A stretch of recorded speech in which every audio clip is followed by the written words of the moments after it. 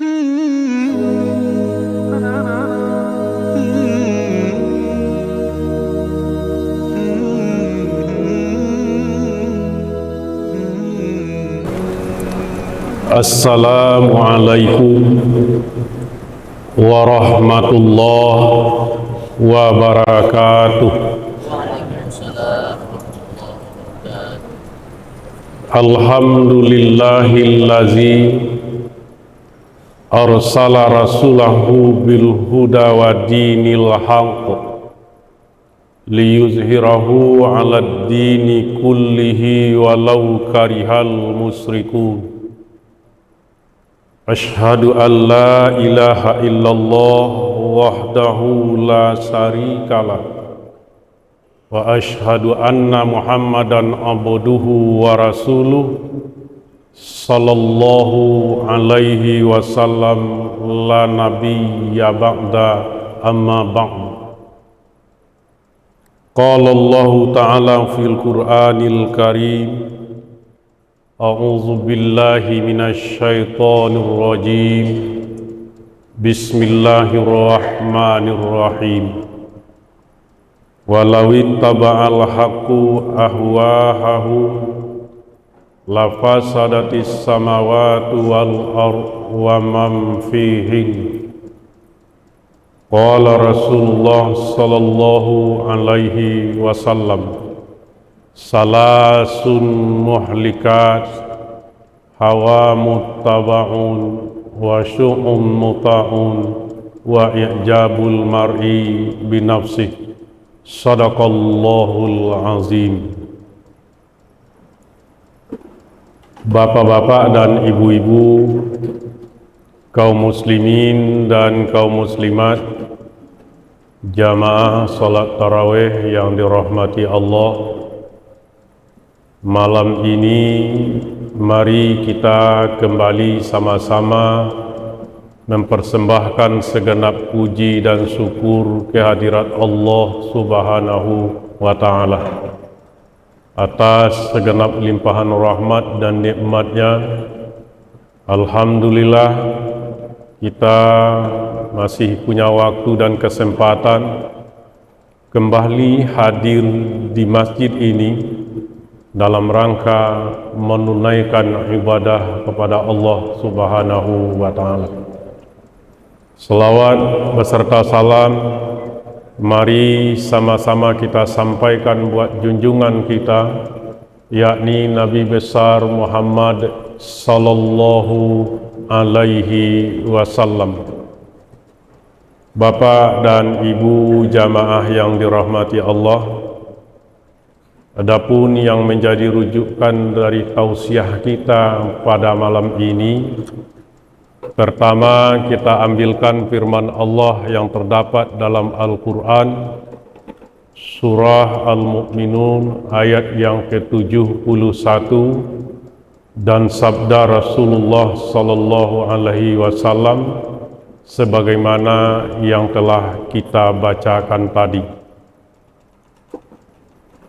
Untuk beberapa menit ke depan menjelang kita melaksanakan salat tarawih secara berjamaah, kita coba kita ambil iktibar atau pelajaran dengan harapan mudah-mudahan kita yang hadir mendapatkan hikmah atau pelajaran dari pesan dan peringatan Allah dan Rasul-Nya dalam ayat dan hadis yang baru saja kita bacakan tadi. Mudah-mudahan ini nanti bisa kita jadikan sebagai bahan renungan, bahan evaluasi dalam rangka mencoba kembali menyikapi kehidupan kita. Mungkin telah kita lalui, mungkin sedang kita lalui, dan mungkin akan kita lalui di dalam kehidupan ini.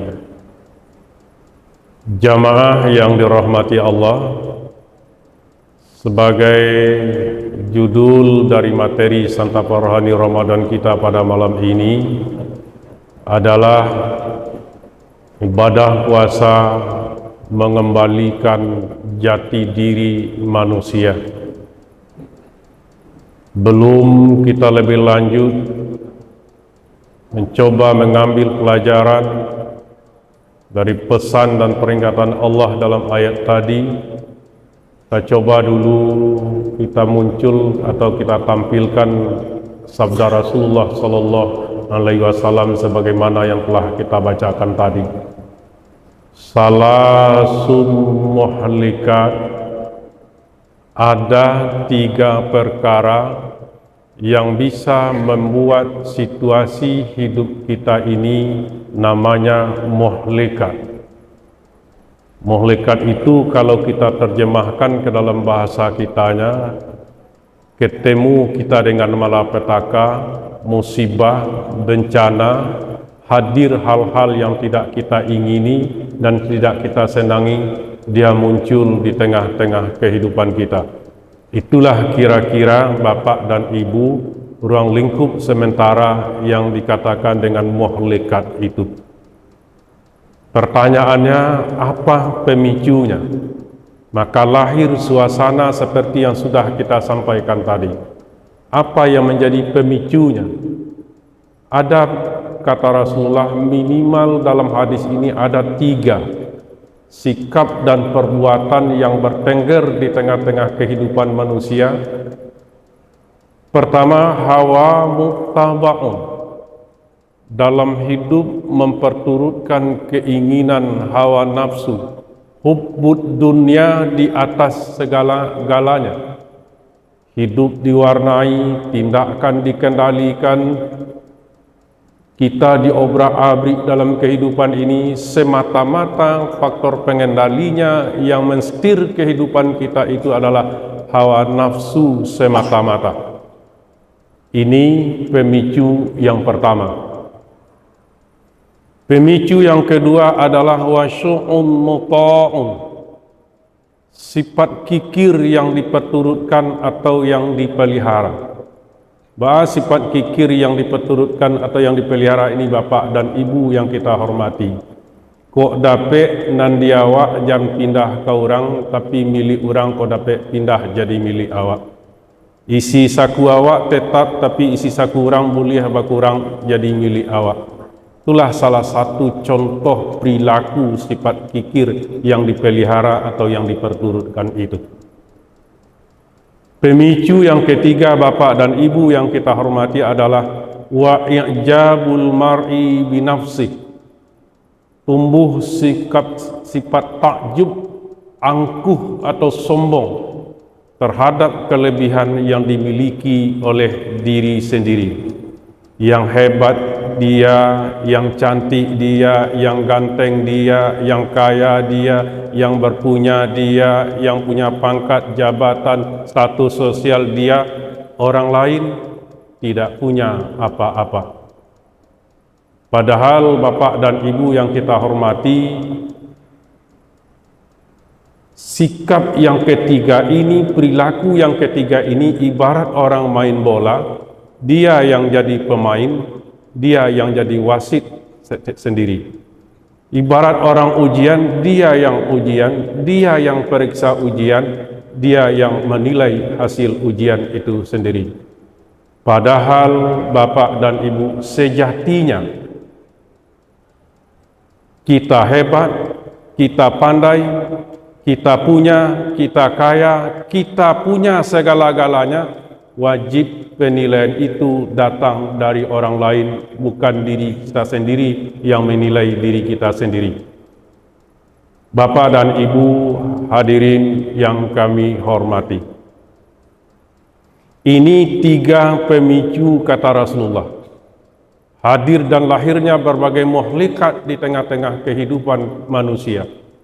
Bila sifat ini tumbuh berkembang dalam hati kita, lahir dalam bentuk tingkah laku dan perbuatan dalam keseharian kehidupan kita, siapapun kita, baik pribadi, kelompok, golongan, orang berpunya, orang tidak punya, orang pintar, orang bodoh, dan lain-lain sebagainya, siapapun tempat tumbuhnya, pada suatu saat nanti kehidupan yang bersangkutan diantarkan terminal tempat berhentinya namanya muhlikat, Dia berhadapan dengan kehancuran, dia berhadapan dengan malapetaka, tengah-tengah kehidupannya hadir musibah dan lain-lain sebagainya.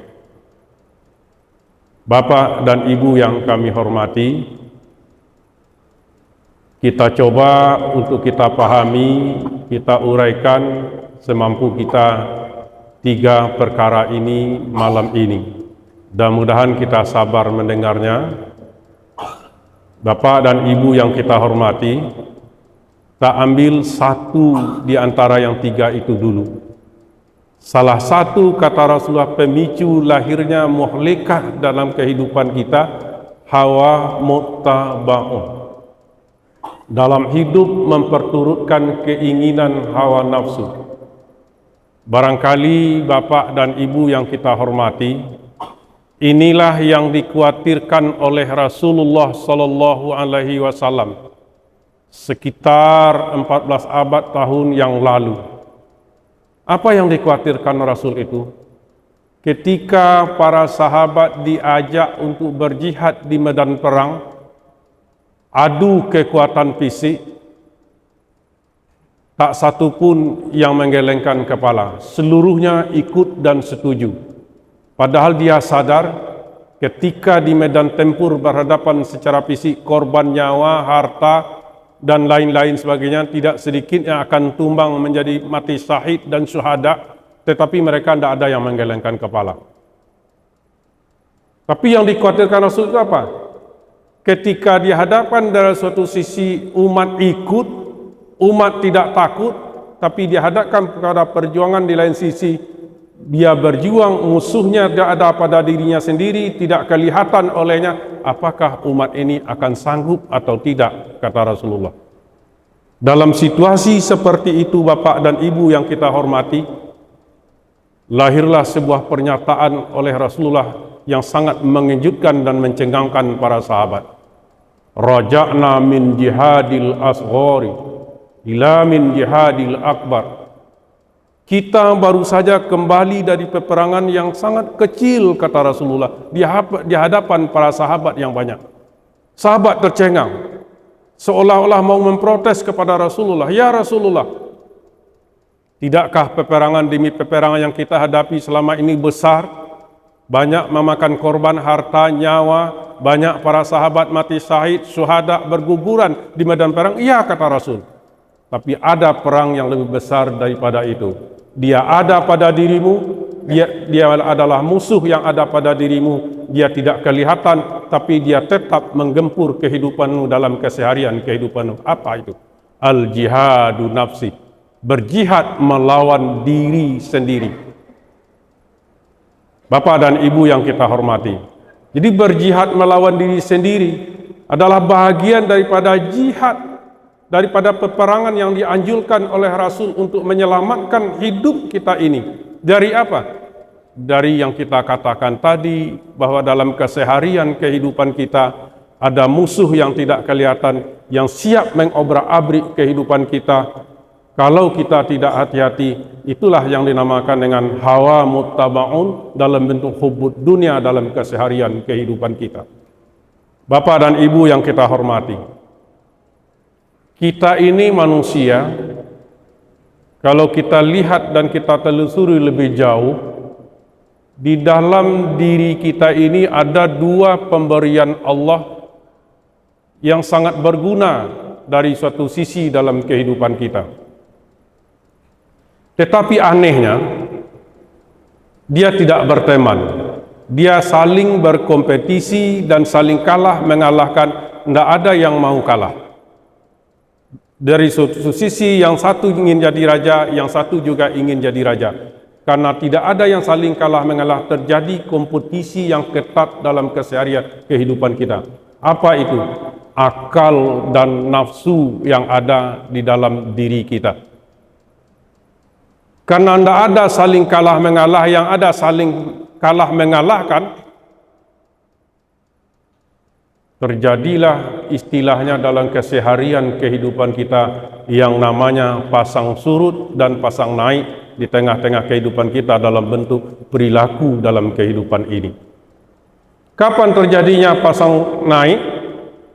ketika kompetisi itu dimenangkan oleh akal, nafsu yang hubbud dunia tadi mampu dikendalikan secara utuh. Maka darjat manusia naik dari sisi perilaku. Allah banggakan kepada penduduk langit, bantu lo nam bantu manusia, tapi perilaku lah disamakan di Allah dengan perilaku penduduk langit yang bernama malaikat. Kapan itu terjadi? Ketika akal mampu memenangkan kompetisi itu dan mampu nafsu terkendali secara utuh dalam kehidupan. Tetapi akan terjadi pasang surut. Kapan itu akan terjadi pasang surut? Ketika akal tidak mampu lagi mengalahkan keinginan yang disebut dengan hawa muttabaun tadi. Nafsu yang memenangkan kompetisi itu, dia yang mengendalikan, dia yang mewarnakan, dia yang menjadi raja dalam kehidupan kita. Terjadi juga pasang surut di tengah-tengah kehidupan kita manusia. Bantu lo nang kitoko bantu manusia bapak dan ibu, maaf dari sisi perilaku lah pindah ke kelompok sabalah. Mungkin namanya hewan atau binatang. Ngapa kita katakan demikian bapak dan ibu? Kita contohkan makhluk itu, betulkah makhluk yang dikendalikan oleh nafsu semata-mata perilakunya tidak menyenangkan kehidupan kita? Betul. Cubalah bapak dan ibu, ada di antara kita yang pernah memelihara kambing di rumah agak siku, sanjuari masukkan ke dalam kandang, hari pagi keluarkan dari dalam kandang. Ketika nyo keluar dari dalam kandang, modal perut kosong alias lapar.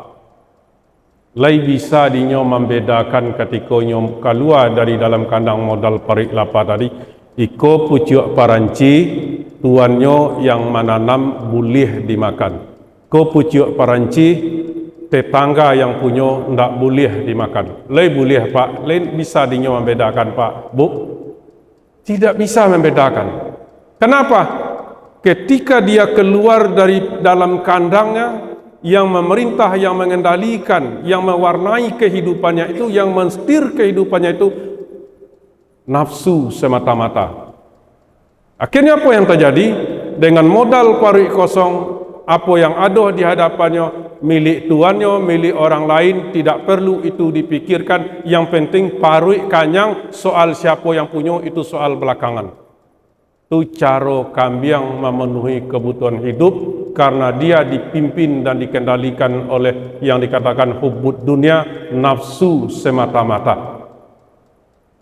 Awak manusia tidak boleh lo sok-sok meniru dan serupa itu. Bapak dan ibu yang kita hormati, jadi ini,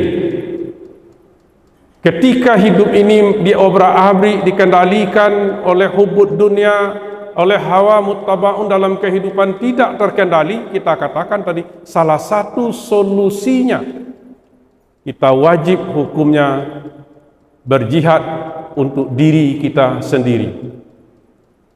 Konyo bapak dan ibu berkenan dengan ini, mudah-mudahan bapak dan ibu sepakat kita semua mengambil sebuah kesimpulan yang berhubungan dengan ini. Apa kesimpulan itu? Nafsu tidak kenal dengan kata puas, tapi kemampuan kita terbatas. Sepakat awak pak, bu? Lai sepakat awak pak, bu? Nafsu tidak kenal dengan kata puas, tapi kemampuan kita terbatas. Tidak ada istilah cukup, tidak ada istilah selesai, tidak ada istilah puas. Karajonya apa? Mendorong awak, kejar, ambil, jemput, miliki, walaupun kita tidak punya kemampuan untuk itu. Karajonya mendorong awak. Kalau kita sadar, nafsu itu tidak kenal dengan kata cukup, tidak ada istilah puas, tidak ada istilah selesai. Sikap yang harus awak ambil ketika di balik itu bapak dan ibu yang harus awak pikirkan. Hal-hal yang bersifat duniawi, ketika kita akan mengambil sebuah keputusan, jangan mintakan fatwanya kepada nafsu dalam bentuk hubud dunia tadi. Mengapa tak boleh dimintakan fatwanya kepada nafsu? Karena kalau awak minta, tak ada kita katakan istilah kata cukup, tak ada kenal dengan istilah selesai, tak ada kenal dengan istilah puas. Karajunya mendorong supaya kita terjerumus dalam kehidupan duniawi ini. Awak paturuin jua bapa dan ibu, akan lahirlah muhlikat demi muhlikat dalam kehidupan awak. Makanya bapa dan ibu, banyak contoh barangkali yang bisa kita lahirkan pada kesempatan ini. Contohnya, khusus untuk ibu-ibu, sudah sembahyang tarawih beko ibu-ibu pulang. Tiba di rumah sebelum tidur, ambil pena, ambil buku, catat rencana ingin babalanjo ke pasar raya besok pagi. Dicatat seluruh kebutuhan dari A sampai Z. Setelah dicatat, ditotalkan berapa jumlahnya, berapa biaya yang dibutuhkan. Kiranya berada di angka 300.000. Ketika dia berada di angka 300.000, kita garis. Tumbuh suatu komitmen bagi ibu-ibu di malam hari. Komitmen itu. Cua saja besok bujuk rayu di tengah pasar, ambo indah akan menambah balanjo dari 300.000 ko. Kalau perlu, ambo kurangi. Itu komitmen. Hari pagi sudah solat subuh di pagi hari barangkit ke pasar raya. Ingin babalanjo dibawa catatan tadi. Tapi apa yang terjadi Bapak dan Ibu? Di saat barangkit nilai balanjo 300.000, di saat ke barangkit total pitih dalam dompet ibu-ibu berada 500.000 rupiah. Barangkit ke pasar, dibali seluruh kebutuhan yang tercatat tadi, bolak-balik lah masuk lorong keluar lorong, masuk gang keluar gang, tabalilah seluruh yang dicatat tadi. Tapi apa yang terjadi? Ibu-ibu sendiri kadang-kadang yang menyalahkan diri di tengah pasar. Ba'a mangko ndak lupa ambo malam tadi mencatat iko rancak pulau di Bali. Di luar catatan di Bali lo balik. Jalan lo ke lorong cik lai. Ba mangko ndak takana iko kalau di Bali lama untuk babuko pada sanjo hari bagi keluarga tercinta. Di Bali lo cik lai. Puta kaba puta. Akhirnya apa yang terjadi? Ludeslah pitih seharusnya 300.000, pitih 500.000 tadi habis di tengah pasar.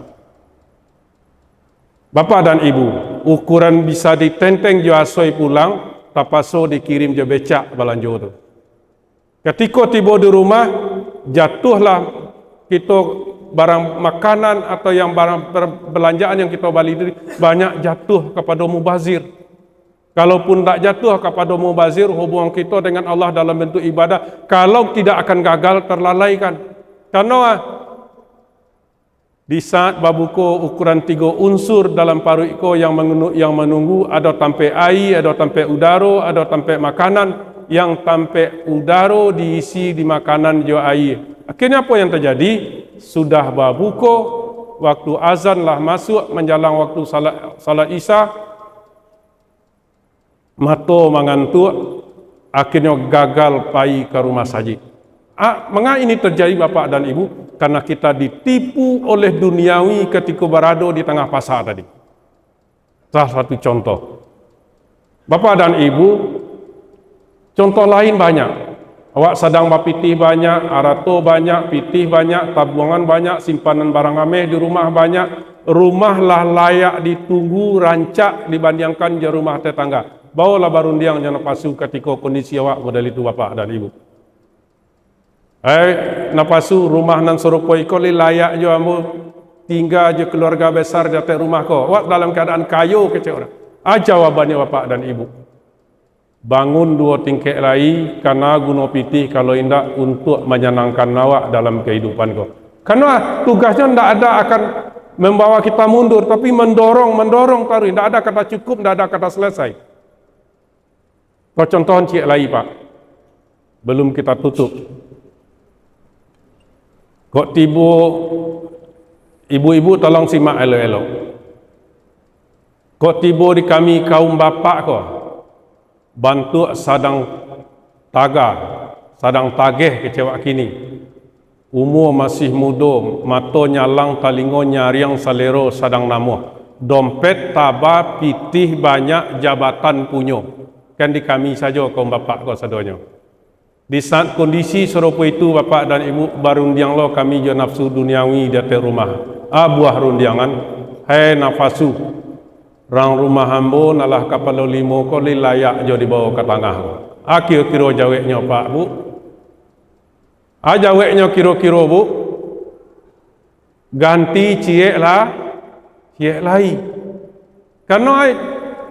Karena guna piti banyak, kalau tidak kawan nyanang kan awak hidup di atas dunia. Karena tidak ada kata-kata istilah selesai, tidak ada istilah cukup, tidak ada istilah ini dan segala macam. Nyo akan mendorong awak. Jadi apa dan ibu ketika awak paturuin ya huput dunia, nafsu, hawa mutaba'un tu dalam kehidupan kau mau obrak abrik kehidupan awak kau. Walaupun awak tidak sanggup, nyo akan nyantan awak ke dalam situasi yang kita katakan tadi muaklika. Itulah yang dikhawatirkan oleh Allah dalam ayat tadi, walawit taba'al haqqu ahwahahum lafasadatis samawati wal ardu wa man fihinna. Kalaulah kebenaran itu sudah bertekuk lutut di bawah keinginan hawa nafsu, yang kata jadi lafasadatis samawati wal ardu wa man fihinna. Sungguh akan terjadi kerusakan di langit, kerusakan di bumi, rusak isi di antara keduanya. Apa penyebabnya? Hubbud dunia, nafsu duniawi, hawa muttaba'un yang mengobrak-abrik kehidupan manusia. Rusak alam kau bapak dan ibu, hancur berantakan kehidupan di muka bumi, di darat, di laut, di langit.